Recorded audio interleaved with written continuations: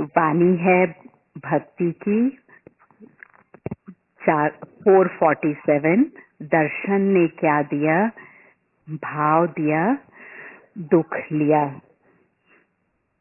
इसको नाना रकम से दर्शन के भाव को स्पष्ट करने का प्रयास कर रहे हैं भाई।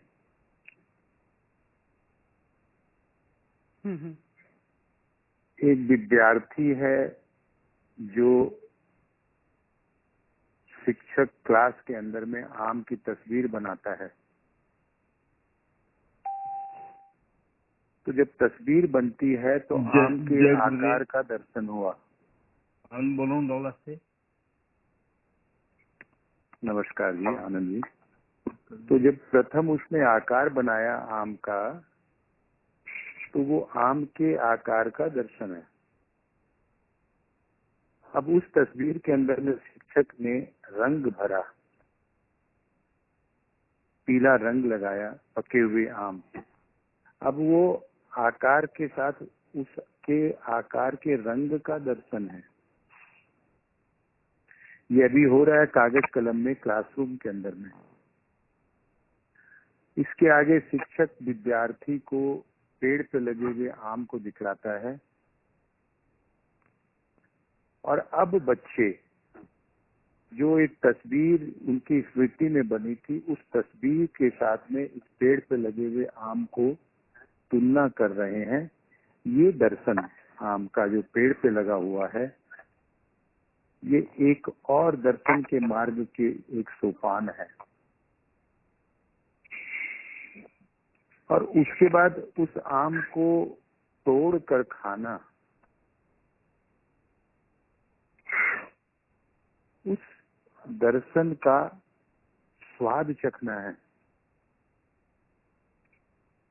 अब वो आम आपके पेट में जाकर घुल गया,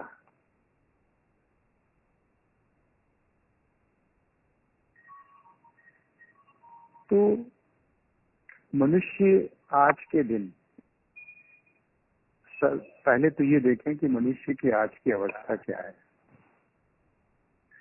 प्राणी ने अपने आप को भुलाकर, या इसको यूं कहें, अपने आप को अपने ही घर में छोड़कर वह जगत में कुछ खोजने के लिए गया, कुछ प्राप्त करने के लिए गया, कुछ दर्शन करने के लिए गया, अपने आप को छोड़कर, अपने आप को भुलाकर। तो साथ में क्या ले गया? साथ में उसकी मन थी, बुद्धि थी, कुछ पुराने संस्कार थे, आंखें थी, लेकिन अपने आप को तो भुला दिया उसने। तो अब यदि वो कुछ दर्शन करता है संसार में, तो वो मन बुद्धि का ही दर्शन है। उसकी भावना जो थी, उसके अनुकूल ही वह उस पदार्थ के अंदर में कुछ दर्शन पाता है। अपनी भावना ही वो उस पदार्थ में पाता है। ये तो दर्शन नहीं हुआ।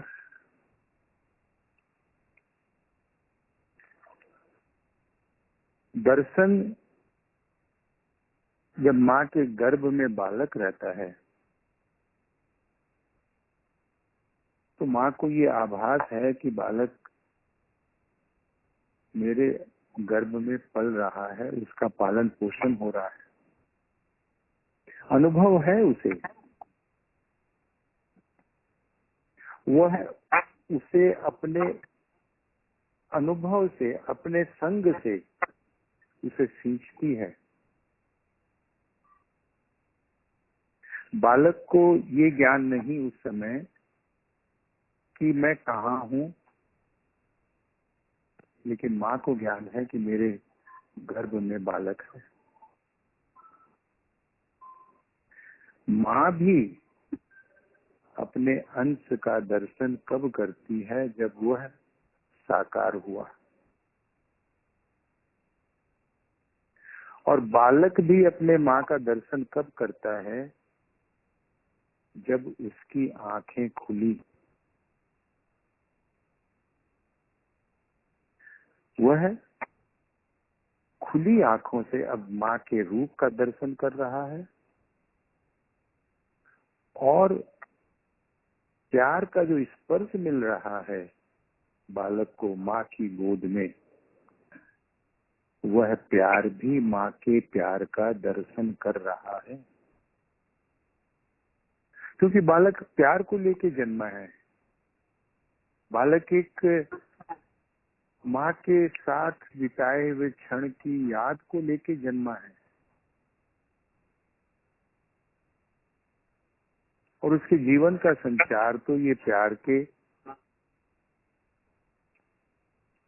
संपर्क से ही होता है। उसके जीवन की आधारशिला तो इस प्यार के ऊपर ही रखी गई है।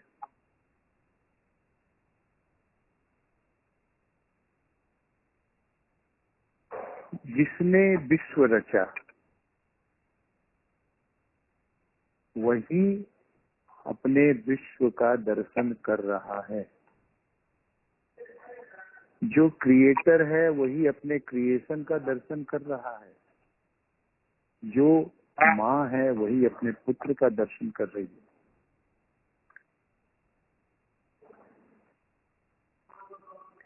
हमारा दर्शन किसने किया? हमने प्रभु को नहीं देखा, लेकिन प्रभु ने हमें देखा।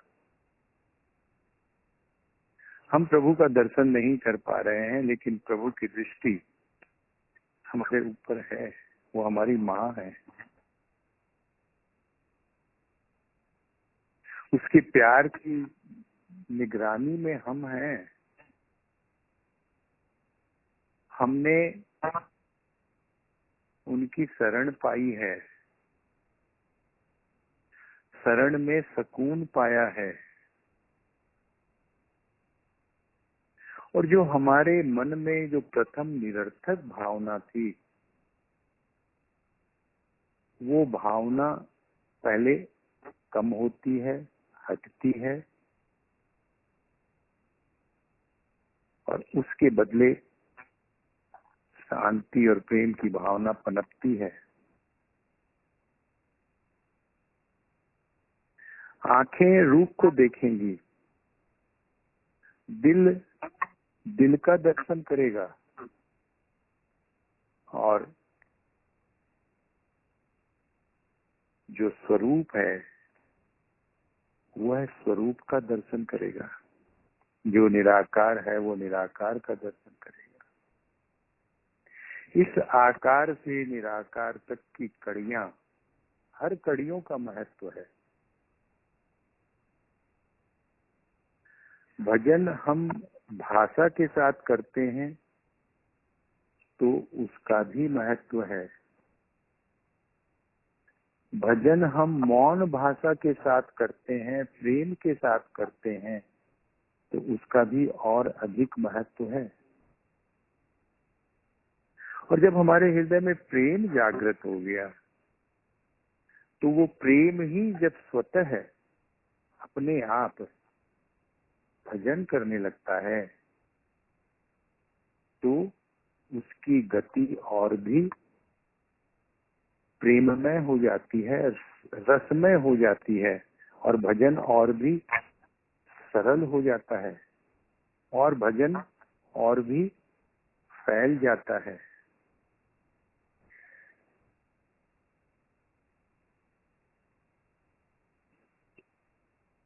ये आंखें हैं, इनके पीछे भावना है। एक प्रसंग आया था प्रवचन के अंदर में, तन मन और मन के आगे मनमोहन। यदि मध्य में मन है, मन जो है ये तन की ओर भी देख सकता है, देखता ही रहा। युगों तक तो ये तन की ओर ही देखता रहा। तो इस ओर देखता रहा और ये तन का ही हो गया, ये बाहरी ही हो गया।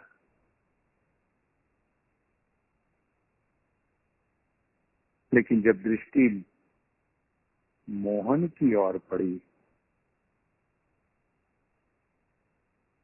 तो फिर रूप दूसरा ही जीवन का बनना शुरू हो गया।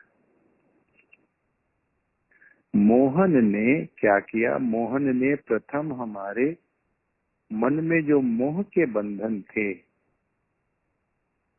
हम बंधे हुए थे, इसे निरर्थक भावना कहें, इसे मोह का बंधन कहें, इसे हम स्थूल के साथ जुड़ना कहें, इसे हम दुनिया का होके जीवन यापन करना कहें, कुछ ऐसा ही हो रहा था। जब मोहन नहीं था, मोहन था लेकिन मोहन की ओर हमारी दृष्टि नहीं थी।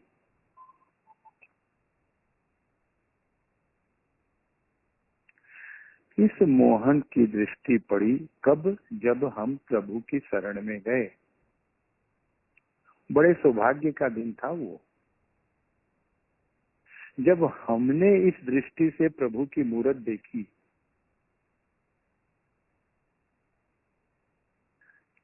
क्या बताऊं, कि मेरा अनुभव प्रथम कुछ ऐसा ही रहा।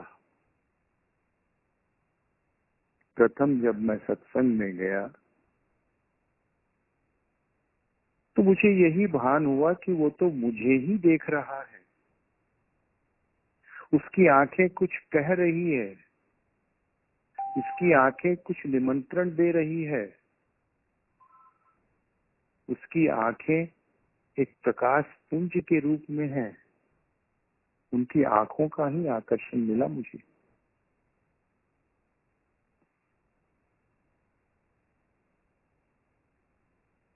और उसी ने मेरे जीवन में ये भाव दिया प्रथम दिन ही कि ये स्थान तो कुछ विशेष है,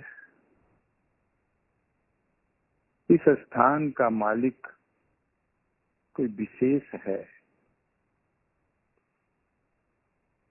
इसके साथ हमारा नाता ये आज का या इस क्षण में जो हुआ वो नहीं है, इसका तो एक इतिहास है।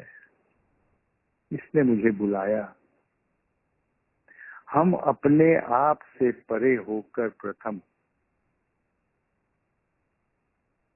उसके बारे में कुछ निमंत्रण को पाकर, उस आमंत्रण को पाकर हम कुछ उसके बारे में ही सोचने लगे, अपने आप से परे होकर। और जब अपने आप में जुड़े हुए थे तो क्या था? हमारा अतीत था, हमारा व्यवहार था, हमारे पूर्वाग्रह थे, मेरी अपनी भावना थी। ये कैसा प्रेम भरा आमंत्रण था। भक्तों के सबके कुछ न कुछ, जिन्होंने भी मत्था टेका है उनके सबके कुछ अनुभव हैं। इसमें कोई बड़ा या छोटे अनुभव की बात नहीं है। बात तो इस बात की है कि वो सबको गले लगाता है, सबको अपनाता है, सबको दर्शन के मार्ग पर प्रशस्त करता है।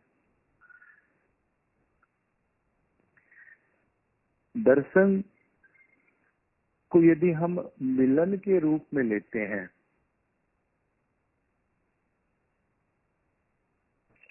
तो भी सुंदर भाव है। माँ अपने बालक से, बच्चे से प्रथम साकार रूप में मिली जब बालक का जन्म हुआ।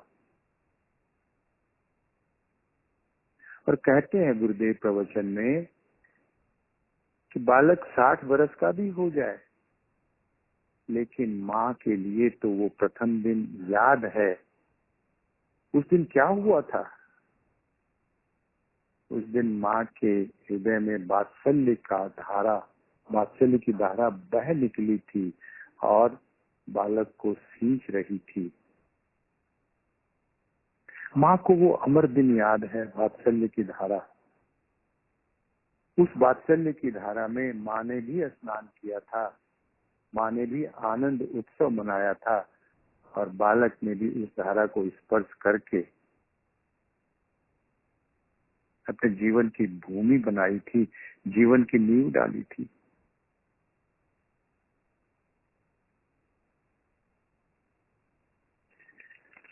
तो ये प्रेम ही है, ये रस ही है जो हमें आकार से लेकर साकार और साकार से लेकर आगे ले जाता है। और फिर ये प्रेम ही है जो निराकार से वापस साकार पर आकर हमें साकार के रहस्य को समझाता है।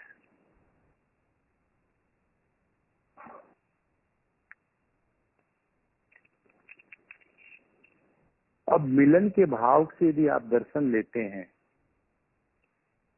तो बहुत सी उपमा दी जा सकती है। उदाहरण के लिए हम चले गंगा में स्नान करने के लिए हमारे घर से,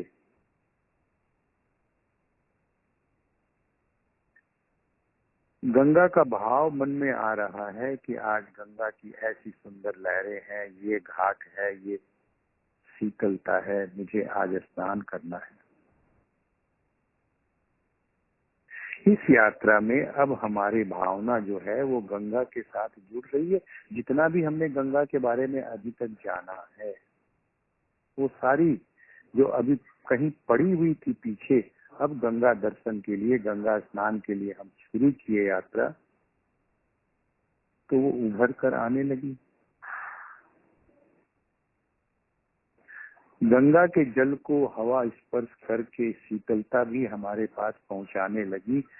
हमारे कदम जब गंगा की ओर बढ़ने लगे, शीतलता का भी अनुभव होने लगा, हमारे शरीर को भी और हमारे मन को भी।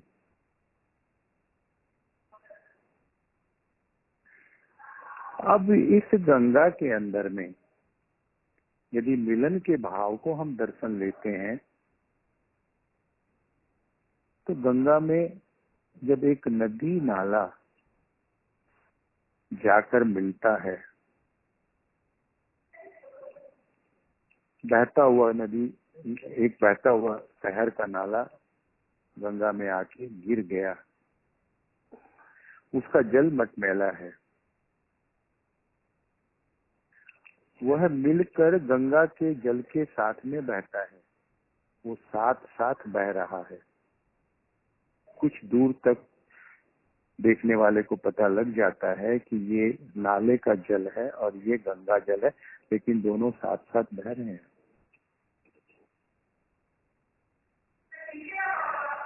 कुछ आगे जाके ये गंदा जल अपनी गंदगी को हल्का करता है, फिर भी वो साथ साथ बह रहा है। ये हल्का रंग हो गया, इसकी गंदगी कम हो गई। फिर कुछ आगे जाके दोनों का रूप एक हो जाता है, दोनों का मिलन हो जाता है।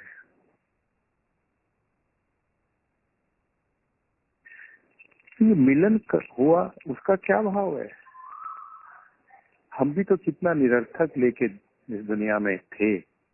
हमारा इतिहास कैसा भी था उसका हमें कोई विश्लेषण नहीं करना है। उसके इतिहास के क्या कंटेंट थे, कितने उसमें डाटा थे, क्या क्या था, कौन कौन सी फाइल थी, उसको कोई भी हमें नहीं खोजना है।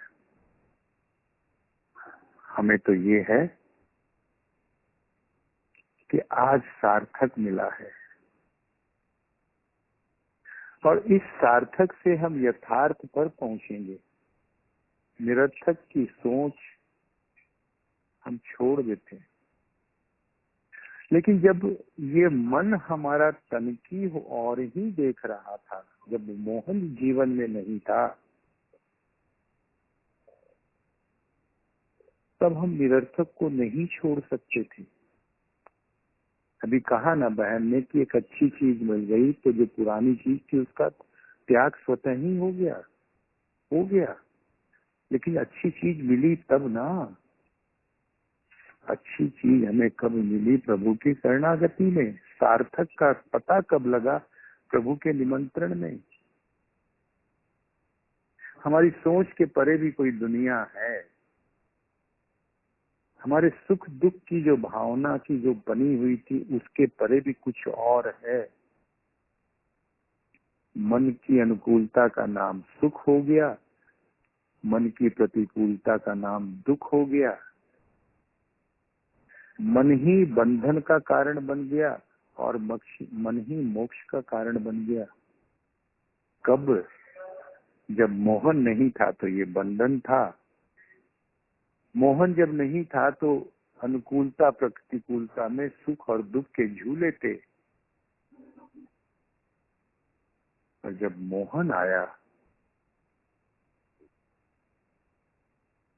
तो बहुत सी संभावना का जन्म दिया। और इस प्रियतम मोहन ने सिर्फ संभावना ही नहीं बताई, सिर्फ कोरा ज्ञान ही नहीं दिया। इस मनमोहन ने हमारे मन को प्रेम से मोहित किया और ये पक्का बताया कि मैं इस यात्रा में तेरा पग पग का साथी हूँ, श्वासों का साथी बनूंगा।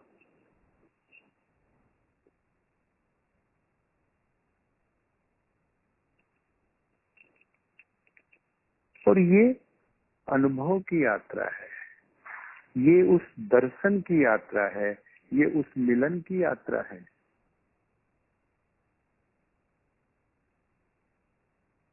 ये भावना से भाव की यात्रा है, निरर्थक से सार्थक और सार्थक से यथार्थ की यात्रा है।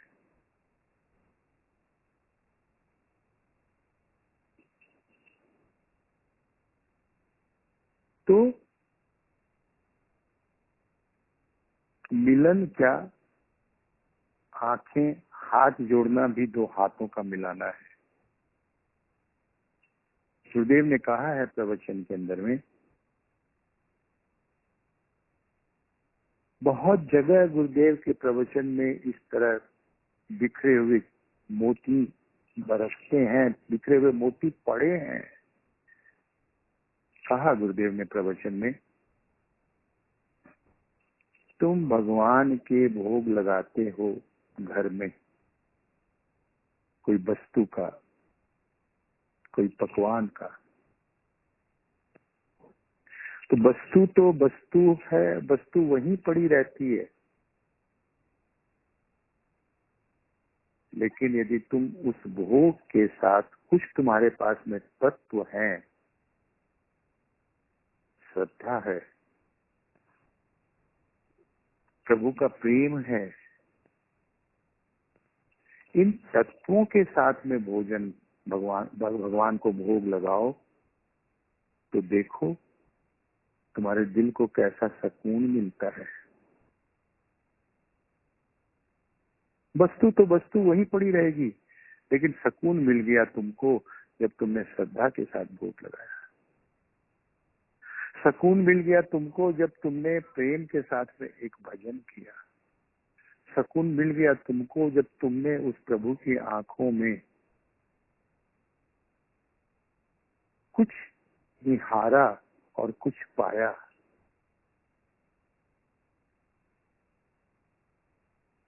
ये सब उस दर्शन की तैयारी है। ये आंखों का ही दर्शन नहीं, ये स्मृति के अंदर में प्रभु की मूरत छा गई, बन गई, और उस मूरत का दर्शन हम आंखें बंद करते हैं तो हमारी स्मृति में वो मूरत दिखाई पड़ती है। ये वो दर्शन नहीं। दर्शन तो ये भी अच्छी बात है, लेकिन दर्शन तो और आगे है।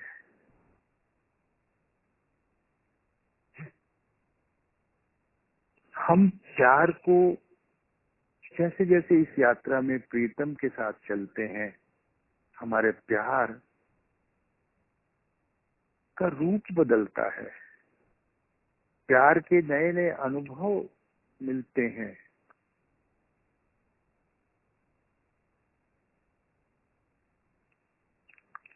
एक पंक्ति है,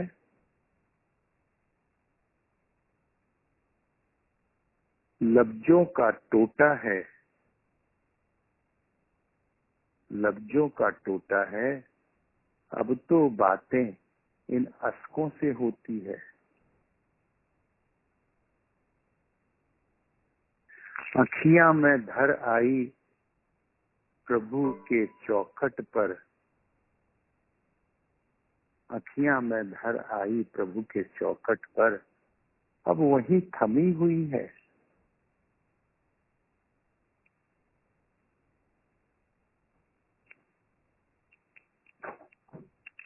रिमझिम बारिश बरसे,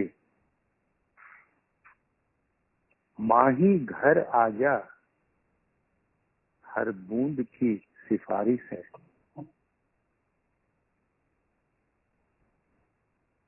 मेरा तो गिरधर गोपाल दूजा न कोई, ये मीरा के शब्द नहीं है, ये मीरा के प्रेम भरे हृदय के गीत हैं।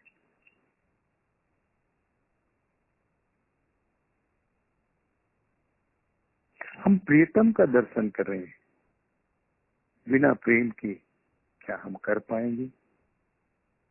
हम प्रीतम का दर्शन करेंगे, बिना प्रेम के क्या हम मिल पाएंगे?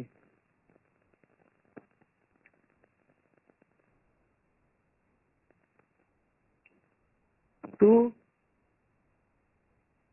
ये जीवन की संभावनाएं हैं जो प्रभु की चरण में, प्रभु की शरण में जाके हम समझ पाते हैं। और फिर इसकी सुंदरता, इसका सौंदर्य तो इस बात पर है कि हमारी बाहरी प्रावधान, बाहरी वेशभूषा, बाहरी कर्म शैली कोई भी स्थान की हो, कोई भी देश की हो,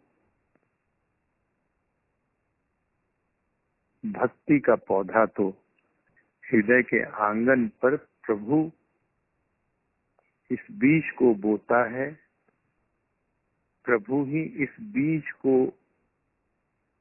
सींचता है, पोषण करता है, और प्रभु ही इसको सींचता है कि अब इसके अंदर प्रेम का फल लगने लगे, और ये प्रेम की खुशबू, फलों की खुशबू, फूलों की खुशबू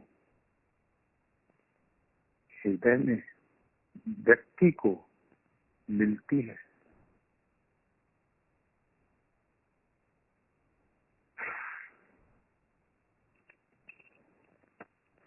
शांति का दर्शन, एक उदाहरण देता हूं मैं। शांति भी एक तत्व है।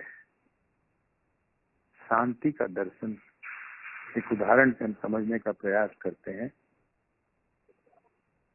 किसी की घड़ी खो गई, खेत के अंदर में बहुत सी घास, ये चावल के पौधे काट के रखे हुए थे, तो किसान घड़ी पहन के गया था, उसकी घड़ी खुल के उस पौधों के समूह में गिर गई। घड़ी महंगी थी। उन्होंने बच्चों को कहा कि भाई घड़ी जरा सा खोज दो तो उसको मैं इनाम दूंगा। बच्चे लोग खूब मेहनत किए, खूब देर तक सब चीज को टोते रहे, करते रहे, घड़ी नहीं मिली। वापस चले आए। एक दूसरे बालक ने कहा कि मैं आपकी घड़ी खोज दूं। तो खोजो बेटा। वो चुपचाप मौन धारण करके अपने कान को खुला रख के वो गया उस झाड़ियों के पास में जहाँ पे ये रखी हुई थी, जहाँ घड़ी खो गई थी, इसके नीचे दबी हुई थी कहीं पर। वो कान से घड़ी को खोज रहा है, और जहाँ घड़ी की टिक टिक उसे सुनाई पड़ी, वहां उसे घड़ी मिल गई।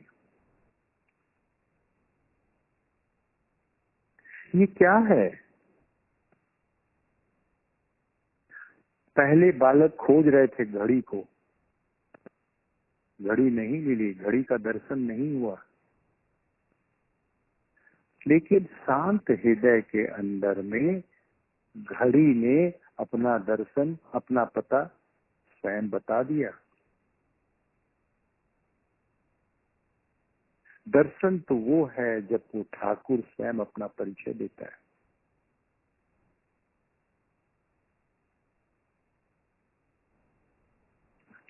वो शांताकारम है, वो प्रीतम है, वो प्रकाश स्वरूप है, वो अविनाशी है, वो अमर है, वो महाशक्ति है,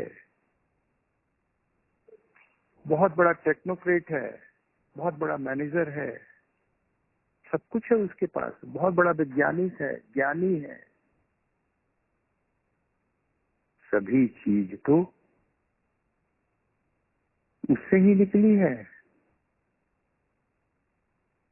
उसी की है।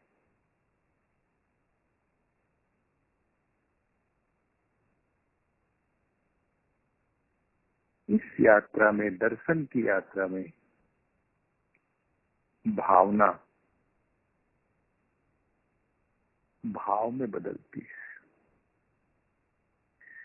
मोह प्रेम में बदलता है, और प्रेम के भी अनेक रूप। प्रेम का प्रथम रूप भक्त अनुभव करता है कि ये हमारी कलमशता को इस प्रेम ने साबुन बन के धुलाई कर दी।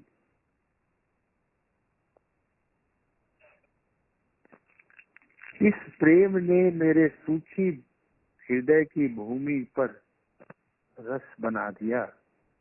जिस भूमि पर कोई खेती नहीं होती थी, उसको उपजाऊ बना दिया। और इसी प्रभु के प्रेम ने उस प्रभु को, उस माँ को माली बना दिया। अब ये प्रेम जो माँ को माली बना दिया, ये तो प्रेम का और भी सूक्ष्म अनुभव है। और वही माली बनकर हमारी भूमि पर खेती कर रहा है।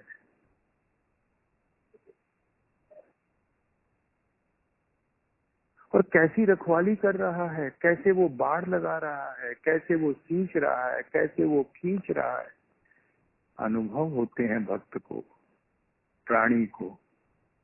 दर्शन की तैयारी है।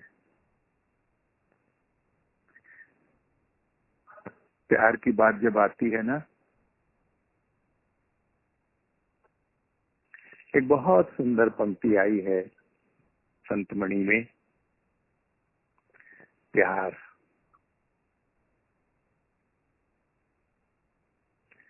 आधा पै है और उसके बाद में है यार। प्राणी तू यार के बिना आधा अधूरा है। प्राणी तू यार के बिना आधा है, और यार के साथ तू पूर्ण है। प्यार पूर्ण है। फिर ये भी समझाते हैं गुरुदेव कि जल में पूर्णता कैसी, अपूर्णता कैसी। पूर्णता तो अवस्था में है। ये जल है जो नदी नाले में है, ये जल है जो सरिता में है, ये जल है जो आकाश में बादलों में है। लेकिन ये जल है सागर में, एक अवस्था है। सागर तो पूर्णता में है, जहाँ सब आके मिल रहे हैं, सब आके मिल रहे हैं, अपना रूप खो के मिल रहे हैं। अरे भाई, निरर्थक जब था तो मान अपमान की बात थी। जब ये यात्रा शुरू हुई तो अपना भान था हमारे साथ में, अपना भान था। वह भान भी अब मिट रहा है, उसका भान है। मिल रहे हैं।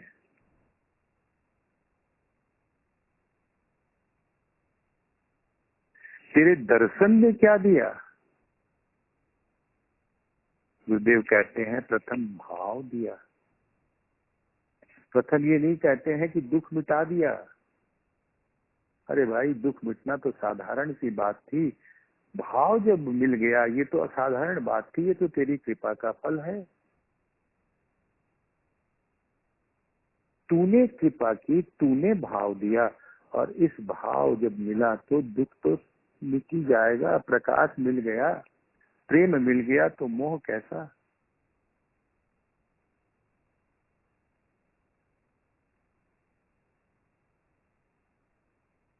यहाँ पे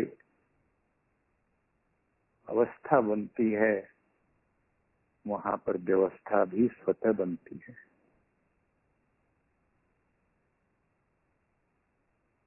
सब चीज की व्यवस्था। जीवन में यदि कर्म है तो उसकी व्यवस्था भी सुंदर बनती है। जीवन में यदि भजन है तो उसकी व्यवस्था भी सुंदर बनती है। जीवन में यदि जागरण है, जीवन में यदि सोना है, जागना है, तो उसकी व्यवस्था भी सुंदर बनती है। क्योंकि अब हर व्यवस्था के साथ हमारी अवस्था जुड़ जाती है। जब वो भक्त साकार को देखता है, प्रभु मूरत को देखता है, वो भक्त जब एक खिले हुए फूल को देखता है, उदाहरण के रूप में खिले हुए फूल को देखकर वो फूल के रूप और माधुर्य का तो स्वाद ले ही रहा है, लेकिन उसके पीछे पीछे ये उसका भाव बन जाता है कि कितनी बड़ी कृपा है प्रभु की इस फूल पर, कितनी बड़ी कृपा है उस रस की जिसने इस प्रभु इस फूल को खिलाया, कितनी बड़ी कृपा है प्रभु की इस जीवन पर जिसने बंद कली को हंसना सिखाया, खिलाया, अपना बनाया। बहुत ही सुंदर संकेत था कि दर्शन क्या क्या आंखों से दर्शन करना ही दर्शन है। गुरुदेव की वाणी है, इस वृत्ति से दर्शन करना साधुता का अभाव है। हमारी दादी जी कहा करती थी, दादी जी ने, मुझे अच्छी तरह बात याद आती है, हम लोग जहाँ पे रहते थे सत्संग भवन के बगल में, तो दादी जी कहती थी, मन्ना एक दिन कृष्ण भगवान एक खिड़की से आता हुआ मुरली का सागा दिखाई पड़ा, मैं तो बहुत राजी होगी, बहुत खुश होगी, लेकिन दर्शन तो कृष्ण का कुछ और आज्ञा है। कृष्ण का दर्शन किसने किया? राधा ने, यशोदा ने, गोपियों ने, अर्जुन ने, ग्वाल बालों ने।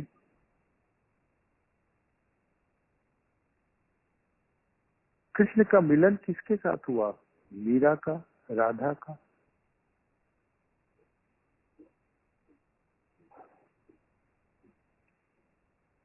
तो दर्शन एक बड़ा प्यारा शब्द है।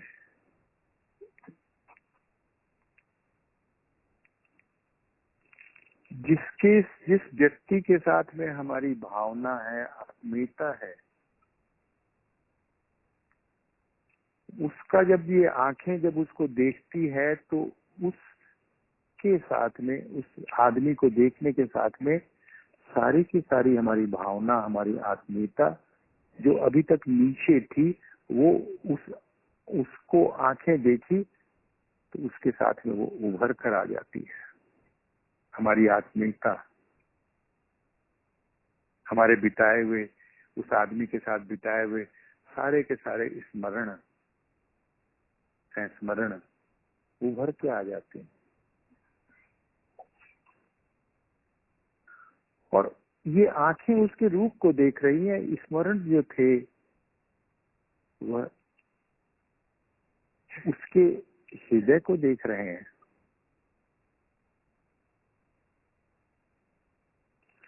और वो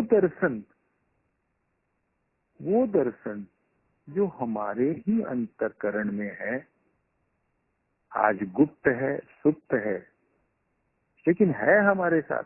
कौन? वही विश्व विधाता, वही विश्व को रचने वाला, वही महाशक्ति, वही प्रियतम, वही राम, वही श्याम। तो नाम कुछ भी कहो, वो है हमारे साथ, वही है हमारे साथ। इसमें कोई किंतु परंतु नहीं है। और उसका दर्शन, उसके अनुभव, उसके स्वरूप, उसके भाव, वो कितना है, प्यारा है, कितना प्रेममय है, कितना ज्ञानमय है, और कितना आनंदमय है, और कितना अपना है।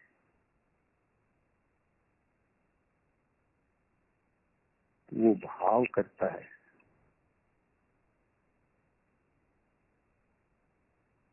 वो अनुभव करते हैं जो इस भाव को करासते हैं, जो हृदय को बनाते हैं।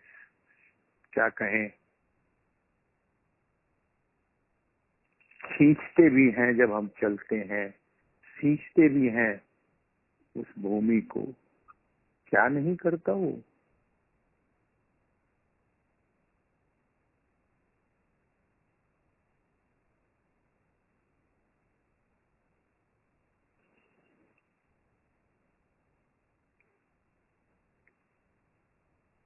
तो फिर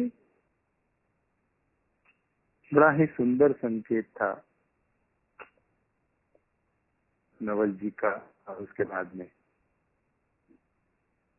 क्या मिलन ही दर्शन है। मीरा तो चल पड़ी द्वारका, मूर्ति के सामने प्राण पखेरु, उनके प्राण, मीरा के प्राण मूर्ति में समा गए। ये प्राणों का दर्शन था, ये प्राणों का मिलन था। और मिलन एक का होता है। आप यदि जल में पत्थर डालेंगे तो वो मिलन नहीं है। एक जैसे तत्व होते हैं तो मिलन होता है। दूध को जल में डालोगे तो वो जलवत है। प्रकाश का मिलन प्रकाशवत के साथ होता है। प्रेम का मिलन प्रेम के साथ होता है। और इस ईश्वर का दर्शन, उस ईश्वर के मिलन जब हमारे अंदर में इस शरणागति की यात्रा में वो चीजें पनपती हैं, बनती है, तो एक दिन दर्शन होता है। तेरे दर्शन ने क्या दिया? तेरे प्रथम दर्शन ने ही बहुत कुछ दे दिया। प्रथम दर्शन और अंतिम भेंट, ये था गुरुदेव का, बाबा का दर्शन। देने वाला तैयार, लेने वाला तैयार। और कितनी दिन मिले थे, कितनी बार मिले थे जीवन में जो बाबा जी से गुरुदेव, लेकिन उस दर्शन को, उस दर्शन के गीत ही सुनाते रहे हमें, उस दर्शन के मर्म को ही समझाते रहे अपनी वाणी से।